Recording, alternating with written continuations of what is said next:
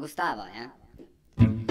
Tam Gustavo, tam reps, priekš gačo, reps, priekš ozola, jo Rīga rec, zemulec, reps, priekš Gustavo, reps, priekš gačo, reps, priekš ozola, jo Rīga rec, zemulec.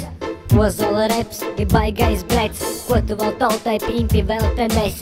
Apdīrs Gustavo, tev nav nekas svešs pret cilvēku, kas tautā jautājumus nes. Es domāju, ka cilvēku nodirs ir pienākums, no jūs varat dzirdēt Gustavo dziesmā jautājums.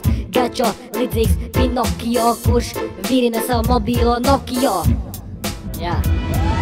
Reps, priekš Gustavo, reps, priekš Gačo, reps, priekš ozola, jo Rīga rec, zemulec, reps, priekš Gustavo, reps, priekš Gačo, reps, priekš ozola, jo Rīga rec, zemulec.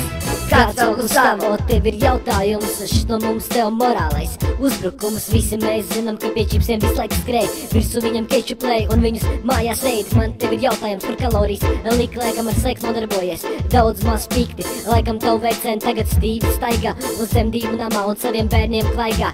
Pārējām pie bērnu krustēv ozola, jo savu zīle ozo nahuj tu to gaisā. Viena krāšņām bildēm skaistiem, Rīga rec tekstiem, kas autors minēts mājās internets. Mēs to visi zinām, ka Rīga rec zemulec, lai naudu gūt. Tu sāki manu albumu pēc, sāc tagad mācīties, kā no Gustavo čipus ēst un no studentiem pensionēriem naudiņu plēst. Tu staigā sava apģērba līnija 079 un jūs visi kopā bara izskaties kā jefiņi.